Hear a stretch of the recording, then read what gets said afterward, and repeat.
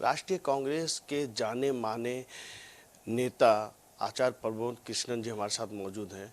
से बात करते हैं कि सर 22 को प्राण प्रतिष्ठा का कार्यक्रम होगा, उसमें तमाम लोगों को न्योता दिए गए हैं। केंद्रीय कांग्रेस ने बायकॉट की है, राज्य कांग्रेस अजय राय जा रहे 15 को, उनके साथ में जो प्रदेश प्रभारी है, प्रदेश अध्यक्ष है अविनाश पांडे, वो भी जा रहे हैं प्रदेश प्रभारी। किस तरह से देख रहे हैं? देखिए, इसके दो पहलू हैं। पहली बात तो यह है कि भगवान राम के मंदिर का निमंत्रण मिला तो उसे अस्वीकार नहीं करना चाहिए था, क्योंकि निमंत्रण तो कोई दुश्मन के यहाँ से भी आ जाए उसको भी स्वीकार किया जाता है। ये तो भगवान राम के घर का निमंत्रण है, भगवान राम के मंदिर का निमंत्रण है, तो इसको अस्वीकार करना उचित नहीं है। दूसरा, कांग्रेस पार्टी वो पार्टी है जो सर्वधर्म समभाव के रास्ते पे चलती है। ये महात्मा गांधी की कांग्रेस है और महात्मा गांधी जी की हर सभा की शुरुआत ही हुआ करती थी, रघुपति राघव राजा राम, पतित पावन सीताराम। ये राजीव गांधी जी की पार्टी है। राजीव गांधी जी ने ही तो ताले खुलवाए थे राम मंदिर के और उन्होंने ही शिलान्यास कराया था।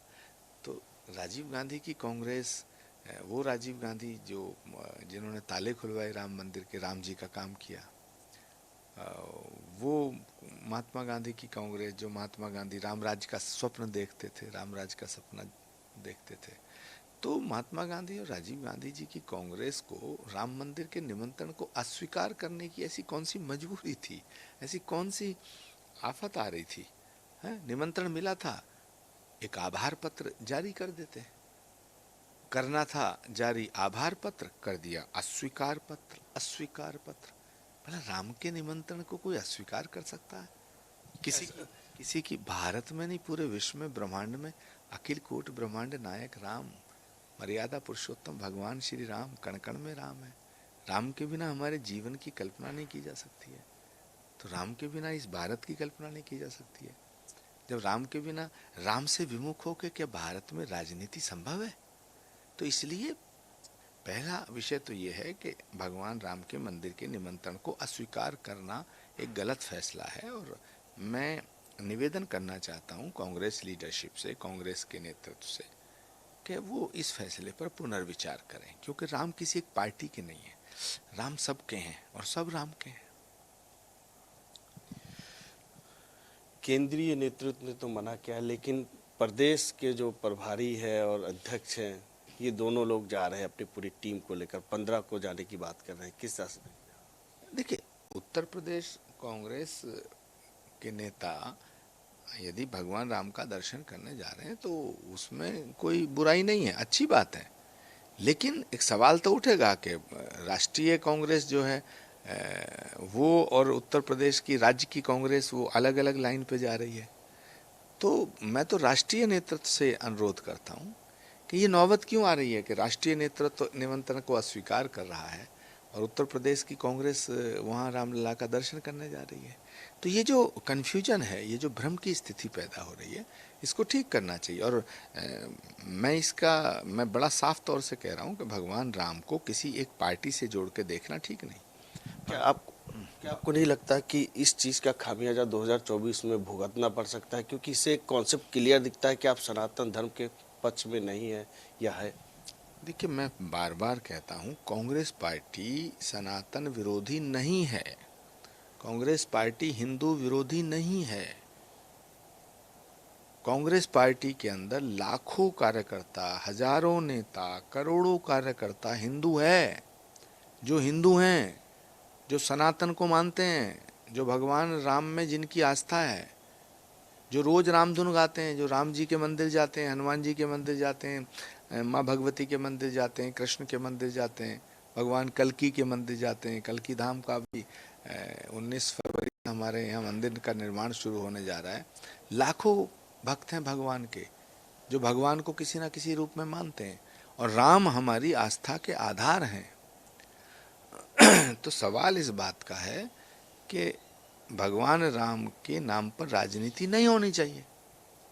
मैं इसमें नुकसान कितना होगा, नफ़ा कितना होगा, मैं इधर नहीं जाना चाहता। मुझे इसकी कोई परवाह नहीं है कि नफ़ा होगा नुकसान होगा, लेकिन राम का विरोध करना ठीक नहीं। जहाँ तक सवाल है उत्तर प्रदेश, मतलब करोड़ों ऐसे कांग्रेस के कार्यकर्ता हैं जो हिंदू हैं, इस फैसले से उनका दिल दुखा है। मध्य प्रदेश में कई सांसद रहे हैं, एमएलए रहे हैं, लक्ष्मण सिंह जी आदरणीय दिग्विजय सिंह जी के भाई हैं, उन्होंने इसको गलत कहा है। हिमाचल में कैबिनेट मिनिस्टर हैं विक्रमादित्य जी, उन्होंने भी अपना बयान जारी किया है। गुजरात में अर्जुन मोडवाडिया हैं, प्रदेश कांग्रेस के अध्यक्ष रहे, अभी भी सिटिंग एमएलए हैं, उन्होंने भी कहा कि राम के मंदिर को अस्वीकार करना, ठुकराना ठीक नहीं है। मैं भी यही बात कह रहा हूँ। तो मैं ये कहना चाहता हूँ कि कांग्रेस लीडरशिप को और सभी विपक्ष के नेताओं को ये कहना चाहता हूँ कि भगवान राम को किसी एक राजनीतिक दल से जोड़ के देखना ठीक नहीं। भगवान राम किसी पार्टी के नहीं है। भगवान राम ने कब कोई पार्टी ज्वाइन करी? जहाँ तक सवाल है भाजपा का, भाजपा की तो उत्पत्ति 1980 में हुई है। तो राम तो अखिल कोटि ब्रह्मांड नायक है, राम तो इस सृष्टि के सृजनहार हैं। आरएसएस की उत्पत्ति 1925 में हुई लगभग। तो भगवान राम को बीजेपी का मान लेना, भगवान राम को आरएसएस का मान लेना, भगवान राम को विश्व हिंदू परिषद का मान लेना, राम मंदिर को विश्व हिंदू परिषद आरएसएस का मान लेना, मुझे लगता है कि ये ठीक नहीं है। राम सबके हैं, रामलला का दर्शन करने सबको जाना चाहिए। और करोड़ों कांग्रेस के कार्यकर्ता जो हैं, कांग्रेस के करोड़ों कार्यकर्ता जो हैं, जिनकी आस्था राम में है, वो सब चाहते हैं कि इस फैसले पर पुनर्विचार किया जाए। ये है आचार्य प्रमोद कृष्णन, जिन्होंने कांग्रेस कमेटी के लीडरशिपों से अनुरोध किया है कि जो अयोध्या में प्राण प्रतिष्ठा या दर्शन में न जाए, उसको लेकर पुनः विचार करें। और उन्होंने ये भी कहा है कि कांग्रेस में भी तमाम ऐसे बड़े नेता हैं अलग अलग प्रदेशों में, जिन्होंने ये माना है कि इस तरह से फैसले जो है वो गलत है। वो हम लोग सब हिंदू हैं और हम लोग इस आस्था को मानते हैं।